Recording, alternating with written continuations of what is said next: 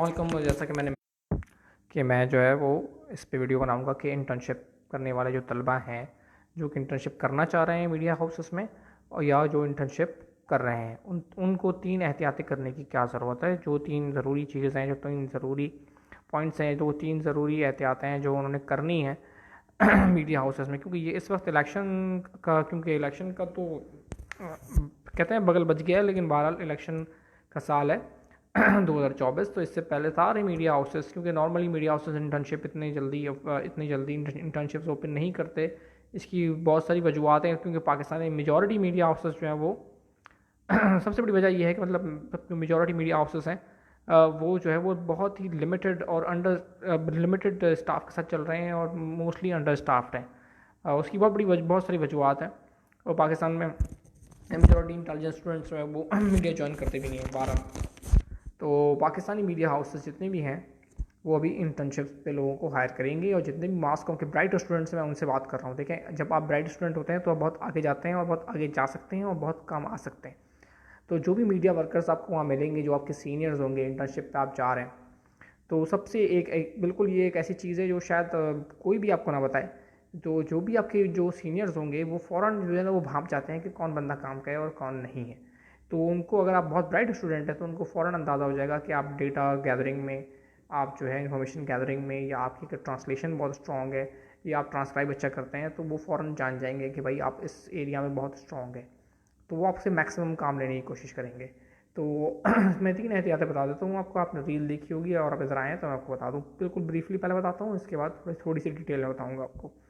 सबसे पहली एहतियात तो ये कि बहुत सारे मीडिया हाउसेस आपसे कहते हैं कि जी आप इंटर्न हैं, ठीक है, कल से आप आ जाएँ, और आपसे कोई चीज़ साइन नहीं कराई जाती, ना आपको एचआर भेजा जाता है, ना ही आपसे कोई भी डॉक्यूमेंट साइन कराया जाता है, ना ही आपके पास कोई सबूत होता है कि आप इंटर्नशिप कर रहे हैं।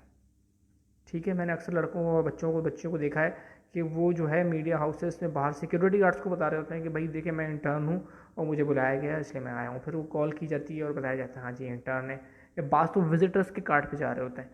तो ये बहुत जुल्म है। सबसे पहले तो ये देखें, इंटर्नशिप ना करें आप, कोई मसला नहीं है, अगर आप ब्राइट स्टूडेंट हैं आपको जॉब मिल जाएगी। लेकिन इंटर्नशिप पे अगर आप जा रहे हैं, सबसे पहले तो आप उनसे कहें कि भाई मुझे कोई ना कोई प्रूफ दिया जाए कि मैं इंटर्न हूँ, क्योंकि ये चीज़ आपको आगे भी काम आएगी। और दूसरी बात ये कि आपके पास कोई ना कोई प्रूफ होना चाहिए कि मीडिया हाउसेस में, तो मैं अगर आपको आगे चल के बताऊँगा, बहुत सारी जगहों पे प्रॉपर रेगुलेशंस नहीं है, प्रॉपर कोई एचआर का नेटवर्क नहीं है, प्रॉपर कोई एचआर के रूल्स एंड रेगुलेशंस कई जगहों पे अप्लाई नहीं हो रहे, और कई जगहों पे सिर्फ उनके लिए अप्लाई हो रहे हैं जो कि सीनियर्स हैं, और जूनियर्स के लिए बिल्कुल कोई अप्लाई नहीं हो रहे क्योंकि उनको तनख्वाह ही नहीं मिल रही। तो आप सबसे पहले क्या करेंगे कि आप कहेंगे कि भाई हाँ मैं इंटर्नशिप करूँगा ही नहीं जब तक मुझसे कोई साइन नहीं करवाया जाता या मुझे टर्म्स एंड कंडीशंस नहीं बताई जाती। सबसे बड़ी चीज़ तो ये कि अगर आप इस तरह से बात करेंगे तो अपन प्रोफेशनल लगेंगे। तो आपने क्या करना है कि मुझे टर्म्स एंड कंडीशंस जो है, जो रूल्स ऑफ एंगेजमेंट है वो मुझे बता दिए जाए। तो मुझे टर्म्स एंड कंडीशंस जो है वो मेरे सामने रख दीजिए कि ये टर्म्स एंड कंडीशंस हैं। और अगर आप एनडीए साइन करवा रहे हैं, अब जो भी चीज़ आप साइन कर रहे हैं, सबसे बड़ी चीज़ उसको बड़ी एहतियात से पढ़ें कि उसमें क्या टर्म्स एंड कंडीशंस है। ठीक है, दूसरी सबसे बड़ी चीज़ कि आपने क्या करना है। अच्छा, टर्म्स एंड कंडीशन में सबसे इंपॉर्टेंट बात मैं दोबारा, सॉरी मैं आगे निकल जाऊँ उससे बेहतर, टर्म्स एंड कंडीशन में सबसे इंपॉर्टेंट बात आपको पढ़नी ये है कि आपके वर्किंग आवर्स को एक्सटेंड नहीं किए गए। अगर आप एक्स्ट्रा काम कर रहे हैं तो आपको क्या मिल रहा है। ठीक है, हो सकता है इंटर्न्स को एक्स्ट्रा काम पे कुछ भी ना मिल रहा हो, लेकिन आपको पता होना चाहिए। सबसे बड़ी बात ये कि आपके वर्किंग आवर्स क्या हैं, आप किसके अंडर काम कर रहे हैं, आपसे क्या काम लिया जा सकता है और क्या काम नहीं लिया जा सकता, और आप पे क्या शराइत और क्या ज़वाबित लागू हैं, वो आप बिल्कुल गौर से पढ़ लीजिएगा। ठीक है, ताकि आपका इस्तेहसाल ना हो, आपको एक्सप्लॉइट ना किया जाए।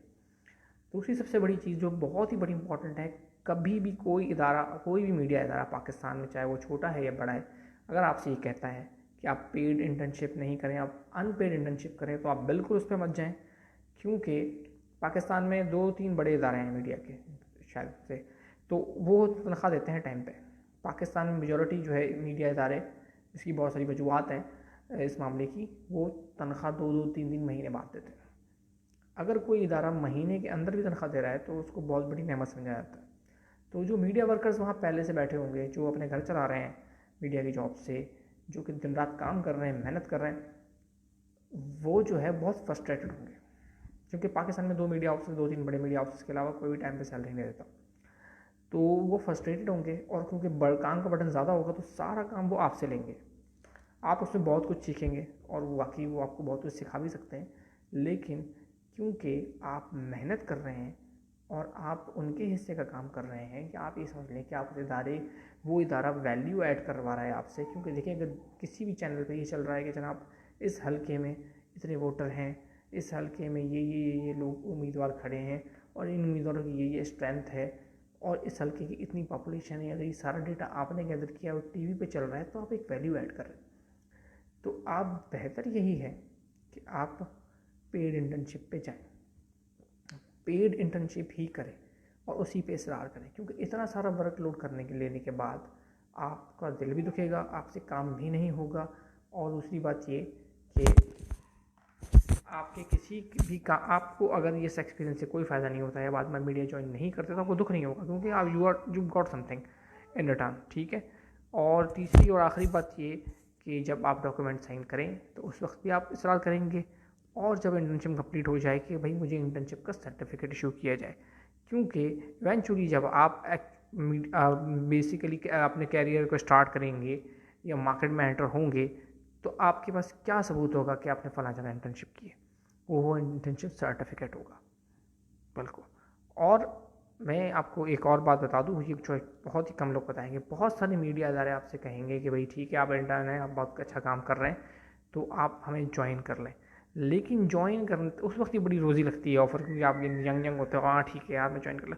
ज्वाइन करने से पहले आप ये बात ज़रूर मालूम कर लीजिएगा कि वहाँ की बेसिक सैलरी क्या है, यानी एक एम्प्लॉइज़ को, और यहाँ की मतलब जो लोएस्ट सैलरी है वो क्या है। क्योंकि बाद में लोगों को बड़ा अफसोस होता है। पाकिस्तान की मीडिया अदारों में मैंने ये भी देखा है कि लोगों ने ज्वाइन कर लिया, उनको बाद में पता चला है कि जो चपरासी है, जो चाय वाय लेके आता है, बेशक वो मेहनत कर रहा है और वो हमसे कई दफ़ा ज़्यादा मेहनत कर रहा होता है, लेकिन उसकी सैलरी आपसे ज़्यादा होती है। क्योंकि उस वक्त तो आपको महसूस नहीं होता, लेकिन इवेंचुअली जैसे जैसे आप काम करते जाते हो, ज़ाहिर है आप एक काम करते हैं, बैड डेज भी आते हैं, बहुत ज़्यादा जहाँ पे वो दिन भी आते हैं जब बहुत ज़्यादा वर्कलोड होता है, तो उस वक्त आप फ्रस्ट्रेट होते हैं कि यार अब जो है ये मैं इतने कम पैसों में इतना सारा काम करके दे रहा हूँ और ये ज़हनी मेहनत है, तो इवेंचुअली आप फ्रस्ट्रेट होते हैं। तो इसीलिए आप ज्वाइन करने से पहले पता कर लीजिएगा कि मिनिमम सैलरी वहाँ पे क्या है, और वही डिमांड कीजिएगा कि भाई मैं इंटर्न हूँ, अगर मैंने 20,000 रुपये में काम कर लिया है, 10,000 रुपये में काम कर लिया, इसका मतलब ये नहीं है कि मैं 10,000 सैलरी लेके भी काम कर लूँगा। ठीक है जनाब। और अब थोड़ा सा प्रोफेशनली देखा जाए तो इस चीज़ को, इंटर्नशिप पे आप बहुत कुछ सीख सकते हैं, और इंटर्नशिप को बिल्कुल भी जो है वो लाइटली मत लीजिएगा, बिल्कुल भी कैजुअली मत लीजिएगा। इंटर्नशिप में आप बहुत कुछ सीख सकते हैं। सबसे पहली चीज़ तो ये कि आप 2 से 3 चीज़ स्किल्स अपनी प्रॉपर्ली डेवलप कर सकते हैं। सबसे बड़ी ट्रांसलेशन ज़्यादा से ज़्यादा पकड़ेंगे, सबसे ज़्यादा यही काम होती है। और दूसरी चीज़ डेटा कलेक्शन, डेटा जमा करना सीखें, डेटा की सोर्सेज जमा करना सीखें, और स्टेटमेंट्स कहाँ से आती हैं, प्रेस रिलीजेस वगैरह कहाँ से आती हैं। ये चीज़ें अगर आप तीनों सीख गए तो आप तकरीबन बेसिकली आप मीडिया के लिए पॉलिश हो जाते हैं, और आपको कोई भी रिपोर्टर, कोई भी जो है मीडिया वर्कर, कोई आपको चूना नहीं लगा सकता। So very good. अब मेरा ख्याल है मैंने काफ़ी अच्छे से समझा दिया। बट और फिर मैं आपको एक और बात करता हूँ, एक और बात बता दूँ, अगर आपने पहली दफ़ा मेरी वीडियो को देखी है तो मैं आप में से कोई भी चाहे, कोई भी यूनिवर्सिटी का स्टूडेंट हो, कॉलेज का स्टूडेंट है, कोई भी मास कॉम का लेक्चर वो नहीं समझ पा रहा, या उस लेक्चर को प्रैक्टिकली कैसे लाइफ में अपने अप्लाई करेगा, या प्रैक्टिकली उसको नहीं समझ पा रहा, उसको जो है वो समझने में दिक्कत पेश आ रही है यूनिवर्सिटी और कॉलेज में, जो जिस लैंग्वेज में हो, जिस मोड में उसको समझाया जा रहा है, तो आप बिल्कुल मेरे चैनल पे, मेरे फेसबुक पेज पर कमेंट करें, और मैं आपको फ्री लेक्चर दूंगा उसी टॉपिक के ऊपर, और बिल्कुल ही आम फहम अंदाज में होगा वो। थैंक यू एंड अल्लाह हाफ़िज़।